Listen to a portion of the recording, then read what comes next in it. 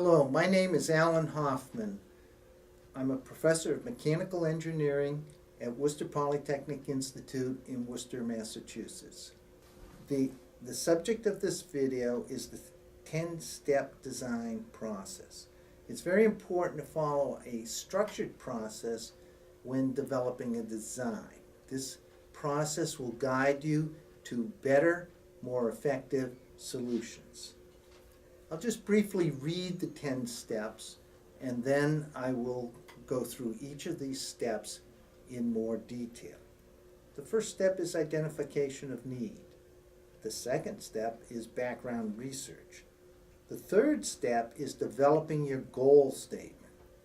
The fourth step, a very important step, is developing your design or so-called task specifications. The fifth step is where you do ideation and invention. So you try to come up with preliminary ideas for your design. The sixth step is analyzing those preliminary designs. The seventh step is where you select the final design. Then you do detailed design on that particular selection. That would be the eighth step. Then the ninth step is prototyping the design and testing and evaluating it. And finally, the 10th step is production of the design, or if you're in an academic environment, usually writing your final report and giving a final oral presentation. So going back to the start of the process, step one, identification of need. This is a very important step because any product you develop has to have a purpose. It has to fulfill a need.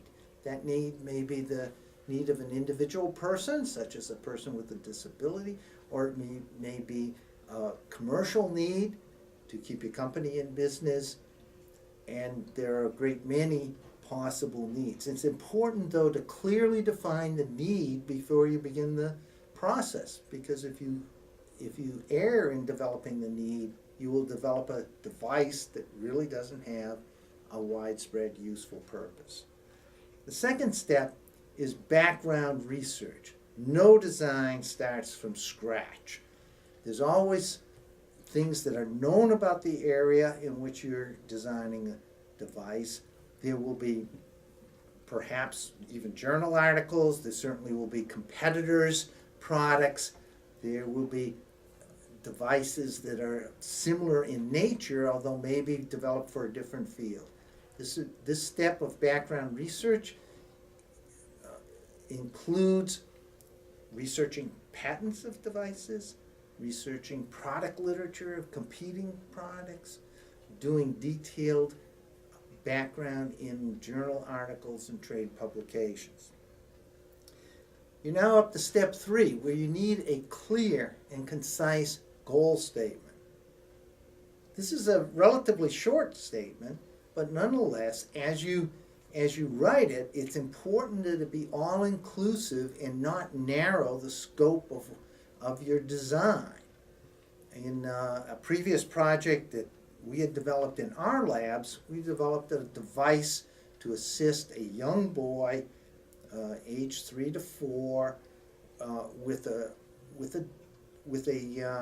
prospect of being confined to a powered wheelchair for his whole life. We designed a mobility device for him. However, in the goal statement, we simply included what the device had to do for him without realizing that that device would not be used by him unless his caretaker, which in this case was his mother, got the device out. So essentially we designed an optimum device for him, but a device that was very hard for his mother to get out, transport, and put him in it.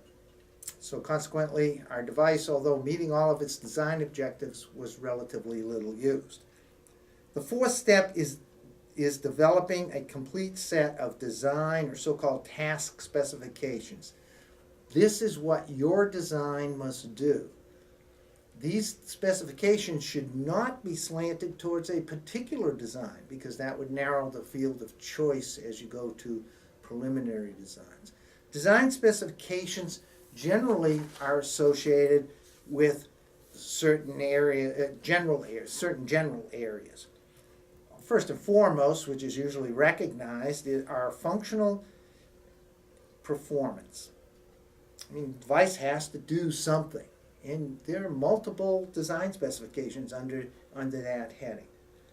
Secondly, although maybe your primary set of design specifications have to focus on safety in using the device.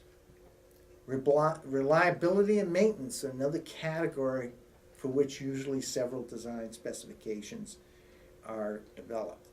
Operating characteristics, the user interface. How does the human interface with your design? Again, another important set of design specifications. Human factors. What is the human capable of? What things are required of the human in order to safely operate your device? In the area that I work in personally, which is the design of devices to assist persons with disabilities, this is critically important because most of the people we design for do not have the full range of abilities considered normal for a human. But nonetheless, such things as the size of the device, for example, your car seat, the adjustability on your car seat generally accommodates between the 5th percentile to the 95th percentile of a combined male-female population. The operating environment, again, another critical area. I always point out that the example of a feeding device for a person with a disability, that it makes a big difference whether this device is designed for use in the home where the family only interacts with the device, or out in a restaurant where it's out in public. Obviously, the aesthetics, the amount of noise it might produce differ vastly in those two settings. Your device has to be manufactured. So consequently, another big set of design specifications based upon the capabilities that you have for manufacturing at least a prototype of your device. Durability might be an issue. How long will the device last? Obviously, cost is a considerable issue if you're developing a commercial product. And there are other categories, but those are the common ones. The 5th step, and we're almost halfway through the 10-step process, is ideation and invention. Here you want to develop as many ideas about how your device can be formulated. Ideation and invention should lead to multiple alternative designs. That is, multiple designs that will meet the majority of your important design specifications which you have previously developed. The 6th step in the 10-step design process is analysis.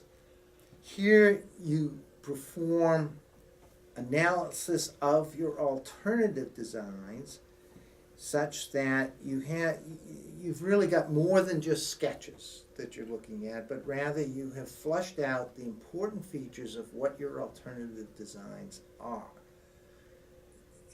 As you move on to design selection, you probably will find that none of your alternative designs are quite as good as you would like. So oftentimes you go back to the ideation and invention step. The design process is iterative and combine features of your earlier alternative designs. Then after you're satisfied that you have a good set of alternative designs, you move on to selection of the final design, which is the step 7 of the process. After completing step 7, we move on to step 8, detailed design. Here you've really fully developed the working drawings and characteristics of your chosen design. So these steps involve force analysis, stress analysis, oftentimes kinematics, You take into account material selection and also manufacturability. So this is the step in which you go from a design to a selected design to really having everything in place to manufacture and produce the first generation prototype. In step 9, now you go to the shop, or you send your drawings to the shop, and you actually create a prototype of your design. Prior to this, I'm a big advocate of zeroth order prototyping, in which you use relatively crude materials to prototype the important features in your design.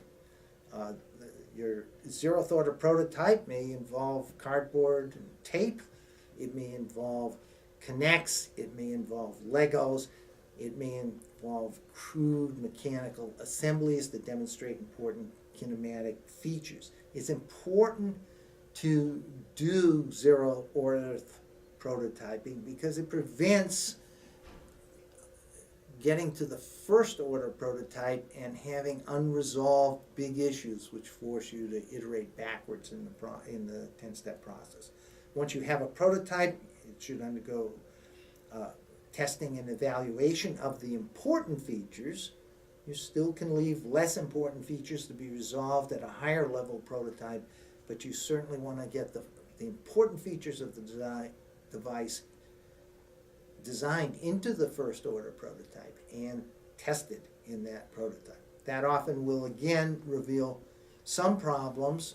You may have to do what we call patch the device, make minor adjustments to your first order prototype, but hopefully you've followed the process in sufficient detail, the design process in sufficient detail, so you don't have to go back and start over with alternative designs. Finally, after you've tested and evaluated the prototype, in the real world, you would begin to manufacture it for distribution. In the academic world, probably you would be concluding your design project with a detailed written report as well as an oral presentation.